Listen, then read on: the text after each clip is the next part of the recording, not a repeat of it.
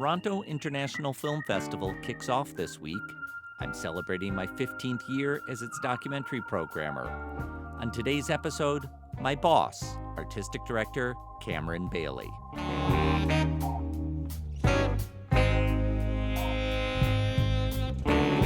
I'm Tom Powers, and this is Pure Nonfiction. The pandemic brought a radical disruption to film festivals in 2020, but Cameron and the festival's co-head Joanna Vicente navigated to make TIFF happen. For months, the outlook kept changing from week to week. Could the festival take place in person or only online? TIFF arrived at a plan for both. From September 10th to the 19th, some films will show in theaters to socially distanced audiences and also at outdoor locations in Toronto. Many more viewers will experience the festival online, with screenings geo-blocked across Canada. Registered press and industry can watch on a special platform from other parts of the world. It won't be the same as usual, but nothing in 2020 is the same. I'm grateful that TIFF gets to take place at all. The lineup is reduced, but still has a strong selection of documentaries. Many former guests from Pure Nonfiction have new films this year. Frederick Wiseman looks at his hometown Boston in the film City Hall. Werner Herzog and Clive Oppenheimer follow up their previous film about volcanoes with a new exploration of meteors called Fireball: Visitors from a Darker World. Sam Pollard, who was last at TIFF with his film about Sammy Davis Jr., returns with a documentary titled MLK FBI, investigating J. Edgar Hoover's campaign of harassment against Martin Luther King Jr. The Italian director Gianfranco Rosi follows his Oscar-nominated film Fire at Sea with a journey through Middle East territories once occupied by ISIS in the film Notturno. And Dawn Porter, who's been my guest twice on this podcast, has a new film about President Obama's photographer Pete Souza called The Way I See It. If you can't experience those films at TIFF, several will come to the New York Film Festival, and they'll all wind up in wider distribution. I spoke to Cameron last week by phone. We skipped talking about festival logistics. I wanted to get more to the heart of what drives him. He and his family are immigrants from Barbados by way of London. He and his older sister Maxine settled in Toronto with their mother Lucine as a single parent. She passed away last year, and Cameron wrote a remembrance. He said she lived by a code: study hard, work harder, keep your home and yourself looking good, do better than they expect. TIFF has greatly benefited from Lucine's legacy. For many years, Cameron's sister Maxine was a key fundraiser and started the Share Her Journey campaign to support women filmmakers. Cameron first started at TIFF 30 years ago. I'm holding in my hands the program guide from 1995, when I was attending simply as a film lover. That year, Cameron launched a new section at the festival called Planet Africa, with 9 films, features, and shorts. They included works from Burkina Faso and Mali. They also included the feature debuts of the American directors Joe Brewster and Thomas Allen Harris. Cameron picked films that might have gotten lost in other sections of the festival and called special attention to them. He was welcoming not only black filmmakers, but also black audiences, a struggle for most white-led festivals. For years, the Planet Africa Party was the event you didn't want to miss. That opened my eyes to the role of a festival programmer. It showed me the effort behind trying to move a film from the margins to a brighter spotlight. Planet Africa lasted for 10 years and showcased filmmakers such as Charles Burnett, Yusam Palsi, St. Clair Bourne, Raoul Peck, and many more. After 2005, the initiative ended, and those films moved into different sections of the festival. This year marks the 25th anniversary of Planet Africa. Cameron has curated a new set of films under its banner, including 3 documentaries that we'll discuss. Before he became TIFF's co-director, Cameron juggled a freelance career of cultural journalism and dabbled in filmmaking. He wrote for Toronto's Alternative Weekly and contributed to CBC Radio and television. His career could have gone in many directions. I started by asking how he chose to focus on TIFF. For a long time, I was just trying to figure out what I wanted to do and would just follow what seemed most interesting at the time. And yeah, I did have this bug about just creating from scratch, from a blank page that I wanted to pursue. So I did do some screenwriting. I made a short film in Brazil. Glad I did all of that, would never do it again. And when it came time to the festival, I was approached for a job in late 2007 as co-director of the festival, and I had to think about it. I knew it meant, first of all, a full-time gig, and I had been a freelancer for my entire career up to that point, for over 20 years. And I'd never had just one boss, just one place of employment, and I liked it that way. I liked the freedom of that. And so I had to consider what that meant to just kind of go all in with TIFF.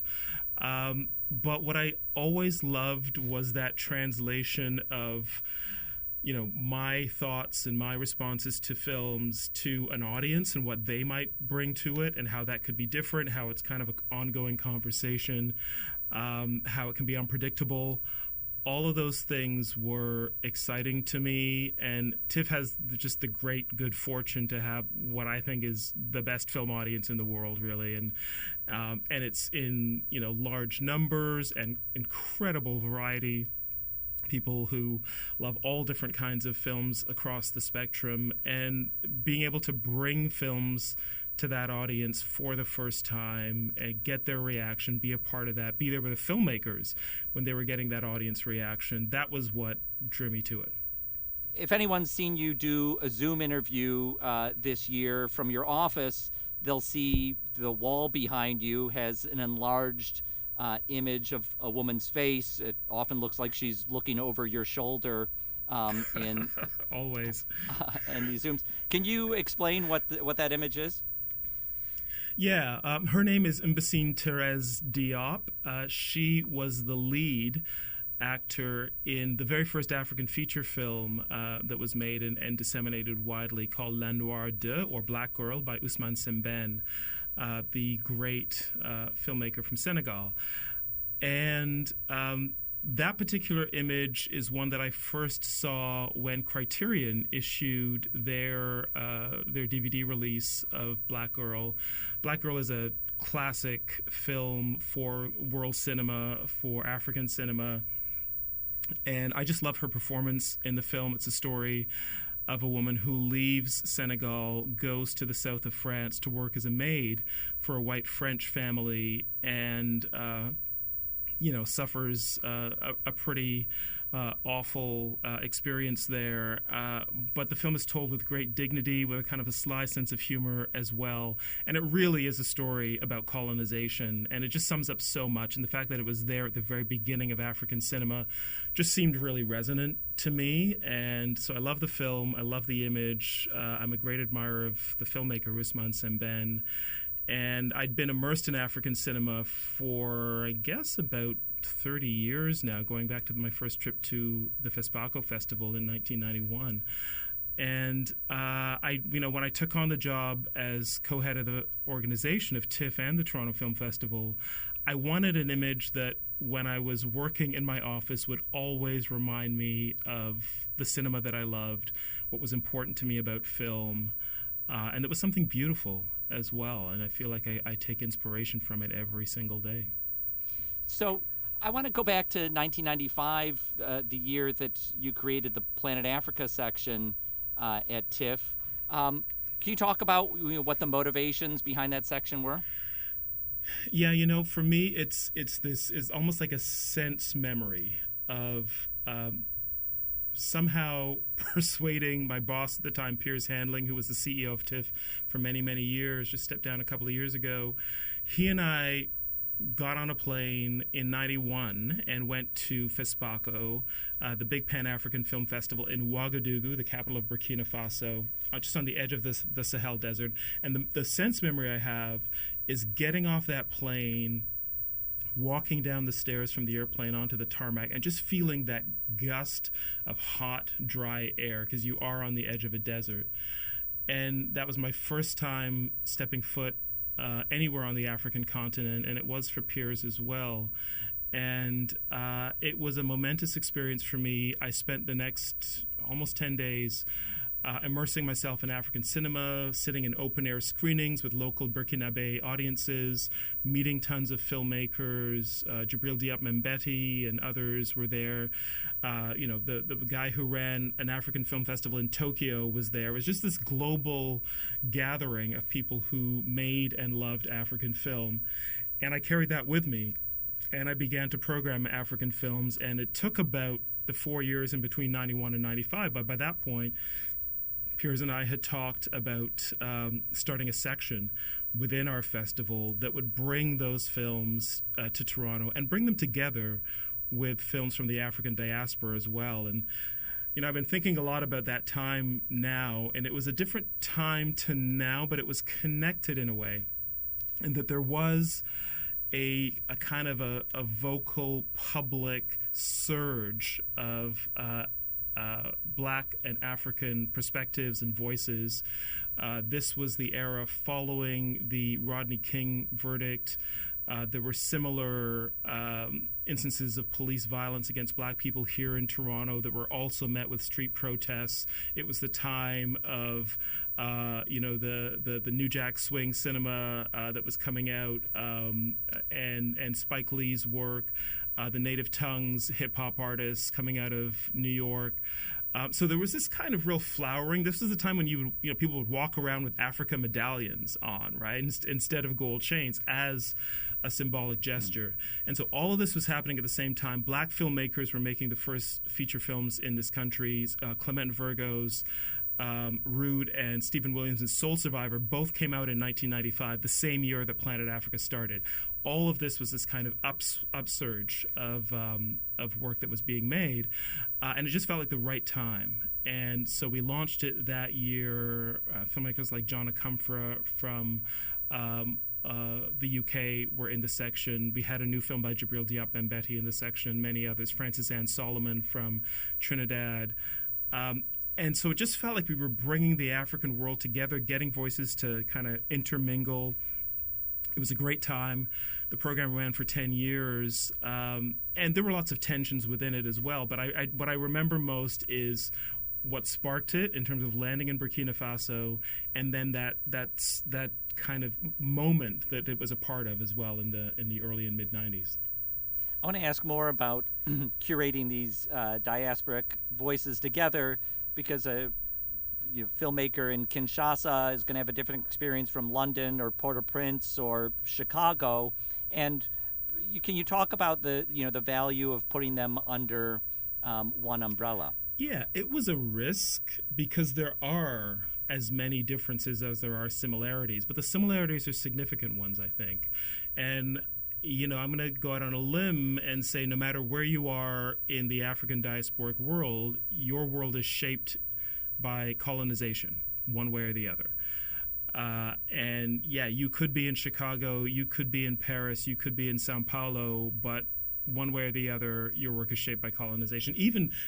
There are small parts of the African continent that weren't directly colonized, but even there, they are shaped by global colonization. So that's part of it. And then the resistance against that, the Black resistance against that, was also something that united, I think, all of these voices that were coming out.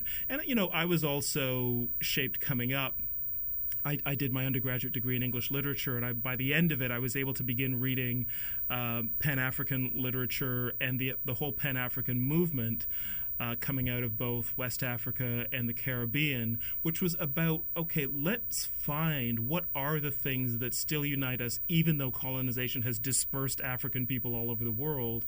What are the things in terms of our politics, our histories, our culture, that unite us? And so when we showed a film from Mali, for instance, by Suleiman Cissé, with a very distinct narrative style that wasn't about a single heroic protagonist pursuing a goal, but had a different kind of almost a collective social protagonist. That's something that you could find bits of in, say, Haile Gerima, who, a filmmaker with heritage in Ethiopia but working in the U.S. And so we began to look for those kinds of commonalities. John Acumfer is another good example, a filmmaker whose work is entirely rooted, or nearly entirely rooted, in the UK with its specific history of colonization, but he himself is from Ghana. He's worked also in Nigeria. He's very conscious of his Pan-African identity and his African identity, and those all turn up in the work. And so I wanted to generate a conversation where all of those different elements, those different sources were kind of meeting in one stream. Let's bring this to the 25th anniversary. This year, you've got 4 films that you put under the Planet Africa banner to celebrate that anniversary. 3 of them are documentaries, and since this is pure nonfiction, I'll concentrate on those. Can you just say a word about these 3 films, 40 Years a Prisoner, Downstream to Kinshasa, and The Way I See It, of things that stood out to you in these films? Yeah, I'll start with the film Downstream to Kinshasa by Diodo Hamadi. And I was really struck first by the access that he had to his subjects in the film. This is the story of a group of survivors of a brief war in Congo who are seeking justice. They've been wounded in the war, their lives have been affected, and there are 2 ways that they express that.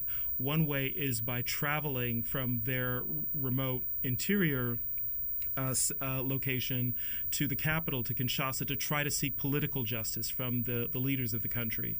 And the other is by expressing the stories of what happened to them in the war in a theater piece. And that those things are interspersed. And that could seem like a kind of a schematic setup, but it actually works really well in the film. And the filmmakers are with this group of survivors and theater artists as they travel down a river in really rough circumstances in the middle of a storm and different things, and get to the capital and press their case on the streets outside of the legislative building. And it's powerful, it's intimate, and you really get a sense of the larger picture of what war has done to a country like Congo and its people through the stories of these particular subjects. 40 Years a Prisoner, incredibly emotional story. I was very moved by it. We've had Tommy Oliver at the festival before with a fiction film called 1982 several years back. This is a documentary where he, for the last several years, had been following the case of Mike Africa and Debbie Africa, 2 members of the MOVE community in Philadelphia who were imprisoned and had been in prison for decades. And their son was a baby when they were sent to prison. His name is Mike Africa Jr., and he was trying for many years, for most of his life really, to tell the real story of his parents, to win justice for them, and to get them out of prison. And it's an incredibly detailed chronicle using archive images and just following Mike Africa Jr. and interviews with him and others and telling that story of MOVE, which has been told in other documentaries, but I don't think it's the emotion has ever landed as deeply as it did for me with this one. Well, and the focus on MOVE has usually been the fire in, I believe, 1985. This is an earlier chapter that was new to me. Yeah, and I think by really kind of bringing that focus in a kind of more targeted way on a family story, one son, an adult son, and his 2 parents who've been in prison for decades, just the pain of not having access to your parents as you grow up. That was really what to me allowed the entire MOVE story to hit home in a bigger way. And the archive footage really stands out. The interviews in the 80s with the mayor of Philadelphia and the police authorities and those kinds of things. if you look at what's happening on the news today in terms of police violence against black communities and the street protests, you feel like this has been happening for decades. So that's a film I'm very proud to have at the festival. I think people will really respond to it. And then Dawn Porter, who made just the most beautiful documentary about John Lewis recently, Good Trouble. She has made a film about Pete Souza, who over 2 administrations was a photographer in the White House. He was the official White House photographer during the Obama administration, and he also worked during the Reagan administration as one of maybe the more junior members of the photography team. And he's got this long experience of what it's like to be a fly on the wall, chronicling, in the moment, what end up being very historic photos. And sometimes a single photo or two can sum up an entire president's administration. We've seen that in the past. And this is really the story of how he chooses those moments, how he finds those moments, but also how he's evolved himself. Because when he started his job, he was a chronicler, as objective as he could be as an observer. But having seen what's happened since Obama left the White House and who the current occupant is and how that office has been so transformed and he would certainly say degraded by the current president, he's become an activist as well. And he's using the photos from the Obama years to contrast with what's going on in the White House today. And that, to me, they say a picture is worth 1,000 words. And just by showing 2 photos back to back, one from the Obama White House, one from the Trump White House, you really do get a sense of how much things have changed. I mean, this summer has been an extraordinary one to put together a festival. Obviously, the pandemic of COVID-19, but also all of the reckoning happening in the streets. And every week seems to bring some piece of news, either the unnatural killings by police or even the natural death of Chadwick Boseman. A lot of moments for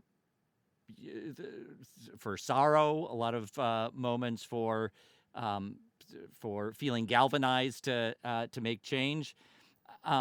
I wonder how you've experienced this summer while also trying to put together a festival under extraordinary circumstances. It's been shattering, I don't think I have, gone through the gamut of emotion any year putting together the festival. And this is my 23rd festival that I have this year. Sometimes it's hard just to kind of show up for the Zoom meetings when you know what is going on the streets of not just the U.S., but Canada and other places as well. So that's been hard. But the thing that I think keeps me going is just understanding how central the work of images is to all of this. Right? The reason we know about George Floyd is because of cell phone video.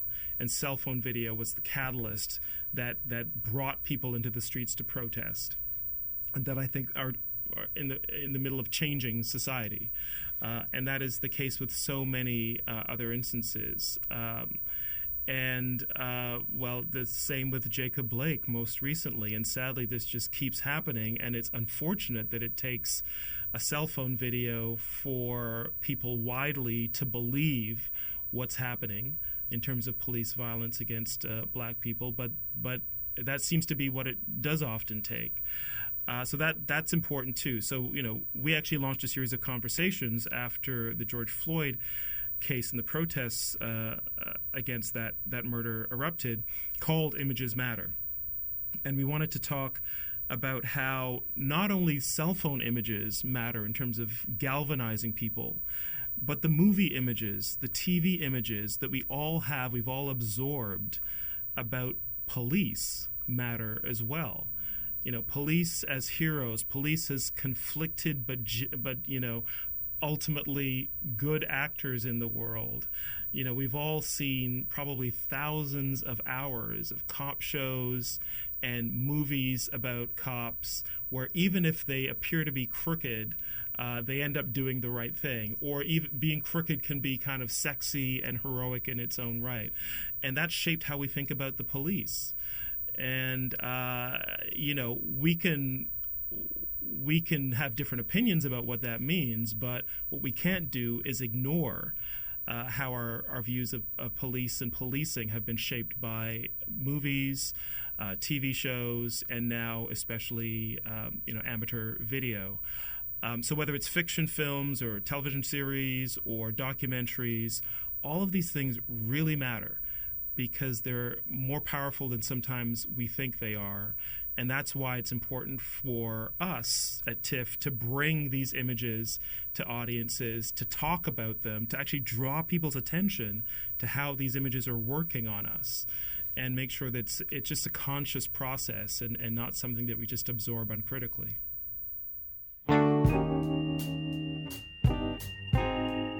I want to thank Cameron Bailey for joining me. TIFF takes place September 10th to the 19th. Cameron will lead 2 conversations for the 25th anniversary of Planet Africa that you can view anywhere in the world. See our show notes for details.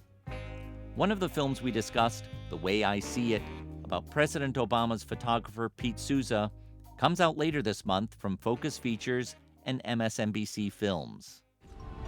Pete was with the president all the time. Unlike his predecessor, Mr. Trump does not allow his staff photographer to capture photographs of life and work inside the White House.